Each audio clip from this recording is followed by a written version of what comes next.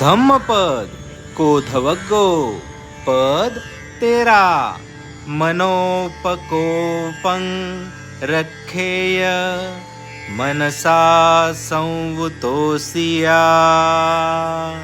मनोदुच्चरितं हित्वा मनसा सुचरितं चरे. म्हणजे मनाच्या चंचलतेपासून सावध रहा, मनावर संयम ठेवा, मानसिक दुराचाराचा त्याग करून मानसिक सदाचरण करा.